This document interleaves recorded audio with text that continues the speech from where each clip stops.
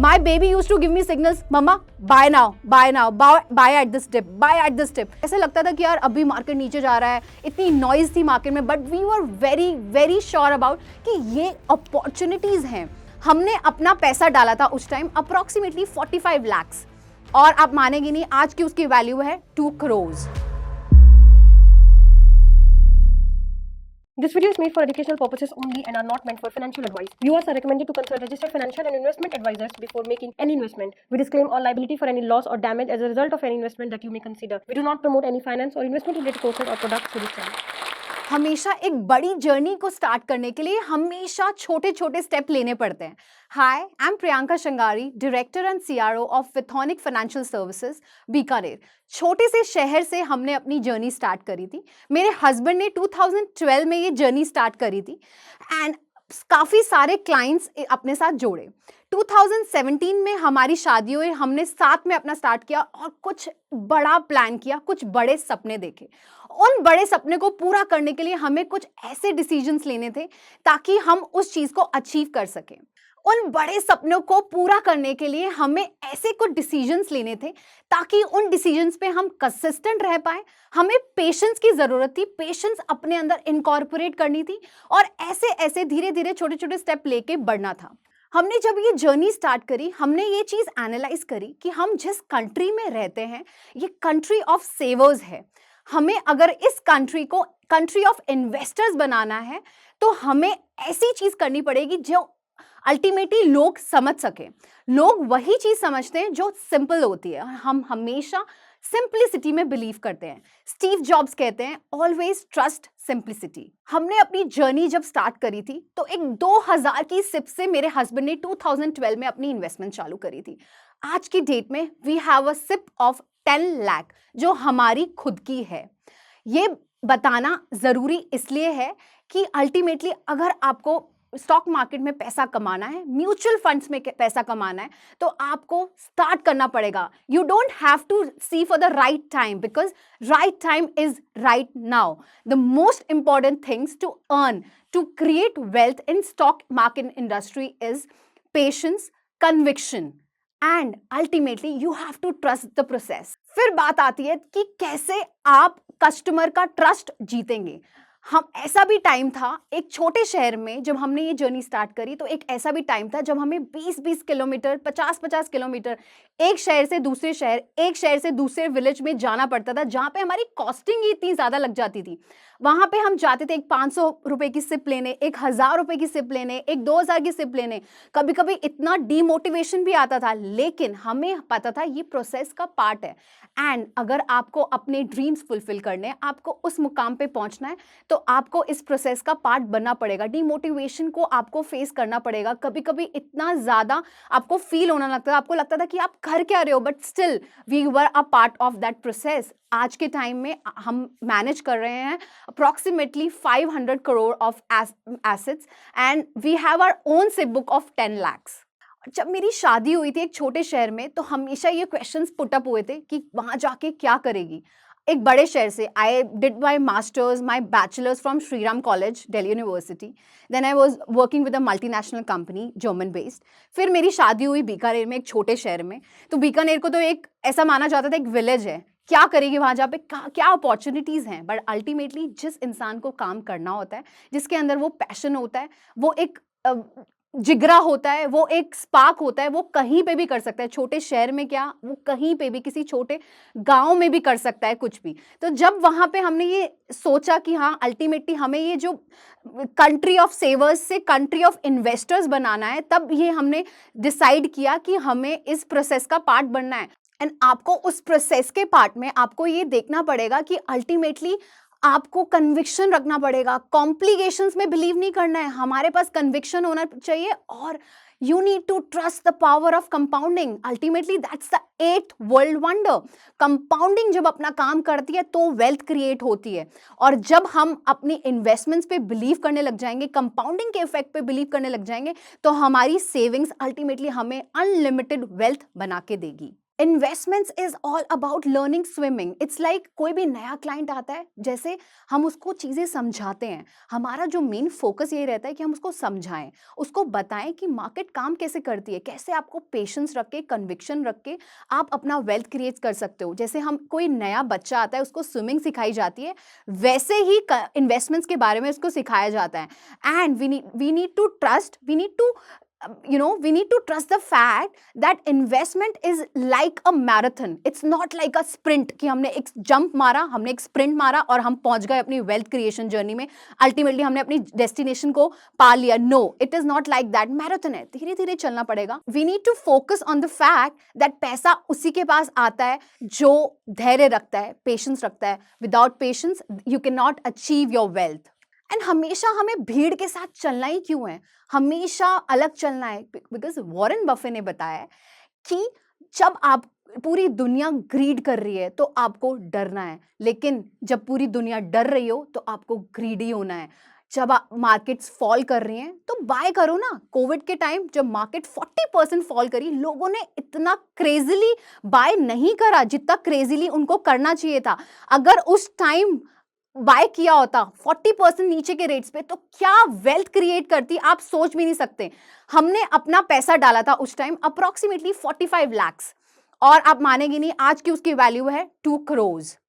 और ये जब जर्नी स्टार्ट हुई थी 2012 में, मेरे हस्बैंड ने स्टार्ट करी थी, तो एक छोटी सी सिप से स्टार्ट किया था, 2000 रुपीज की सिप. आज की डेट में वो सिप है 10 lakh per month. 2000 to 10 lakh per month. Investment value जो है वो है 7 crores एंड उसकी मार्केट वैल्यू है आज 14 crores. जो अल्टीमेटली जो IRR आ रहा है वो आ रहा है 21% का. ये IRR आपको बैंक FDs में, PPF में, या अल्टीमेटली आपने कुछ भी ऐसे कुछ इन्वेस्टमेंट्स करके रखे वहां पे नहीं मिलेगा, जो आपको एक्विटीज म्यूचुअल फंड्स में मिलेगा. तो ये समझना पड़ेगा कि जो ये जर्नी है लास्ट 12 years की, ये जर्नी है पेशेंस की, कन्विक्शन की. हमें ये एनालाइज करना जरूरी है कि हमें नॉइज का पार्ट नहीं बनना है, हमें हमेशा सिग्नल्स पे ध्यान देना है. क्योंकि नॉइज, यहाँ से कोई टिप आ गई, यहाँ से कोई टिप आ गई, उस चीज पे अगर हम ध्यान देंगे तो हम अपनी वेल्थ क्रिएट नहीं कर पाएंगे.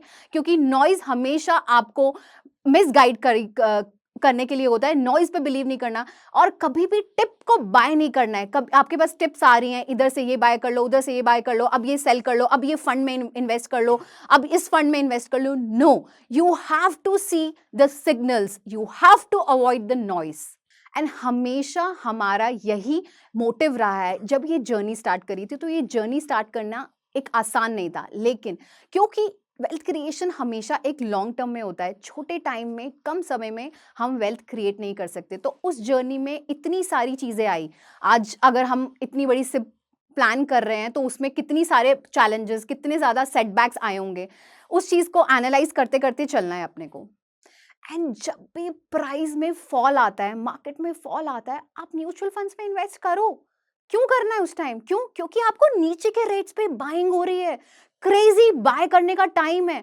और यूजुअली लोग क्या करते हैं, डर जाते हैं. मार्केट नीचे जा रही है, डर गए. मार्केट ऊपर जा रही है, एंटर कर लिया. लेकिन ये समझने की बात है, जब मार्केट ऊपर जा रही है तो आपको डरना है ना, नीचे के रेट्स पे तो आपको बाय करनी है. अब ये सोचो कि जब गोल्ड नीचे जाता है तो आप क्या डरते हो, या मार्केट में जाके और बाय करते हो? अपनी वाइफ को, अपनी मदर को गोल्ड दिलाते हो, या अल्टीमेटली आप अपना गोल्ड घर का निकाल के सेल करने चले जाते हो? तो जब भी मार्केट नीचे जा रही है तो बाय करने का टाइम है. कभी भी करेक्शंस आता है तो आप अपना फंड निकालो. आपके पास जो लिक्विड फंड है, जो आपका FD में फंड रखा है, जो आपको उतना रिटर्न नहीं दे रहा, उस टाइम आपको उसमें इन्वेस्ट करना है ताकि आपके रिटर्न्स बन पाए. कोविड के टाइम में I remember I was pregnant that time. उस टाइम ऐसे बेबी सिग्नल्स आते थे, ऐसे लगता था कि यार अभी मार्केट नीचे जा रहा है, इतनी नॉइज थी मार्केट में, but we were very very sure about कि ये अपॉर्चुनिटीज हैं. My baby use to give me signals, mamma buy now, buy now, buy at this dip, buy at this dip. उस डिप्स में हमने buy करा तो ultimately अच्छी wealth create हुई.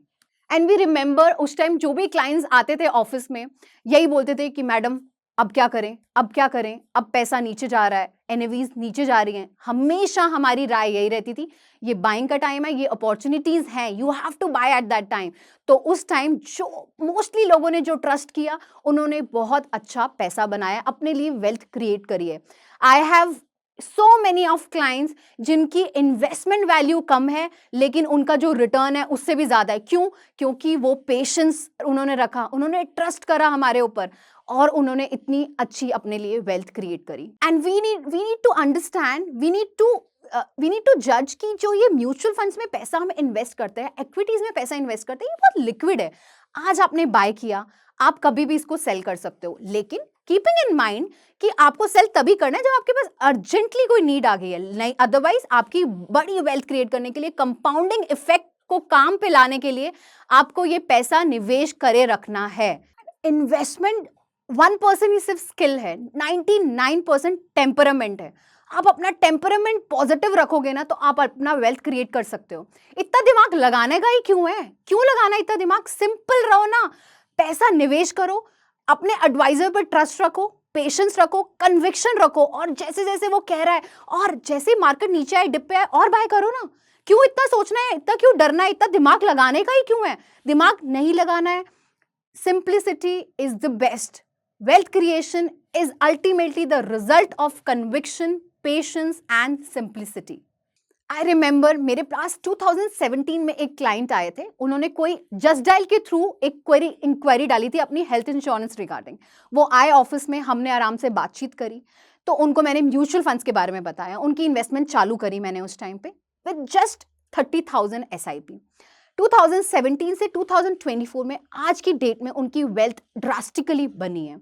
उनकी इन्वेस्टमेंट वैल्यू अप्रॉक्सीमेटली 90 लाख है, लेकिन उनकी मार्केट वैल्यू अप्रॉक्सीमेटली 2 करोड़ है आज के टाइम में।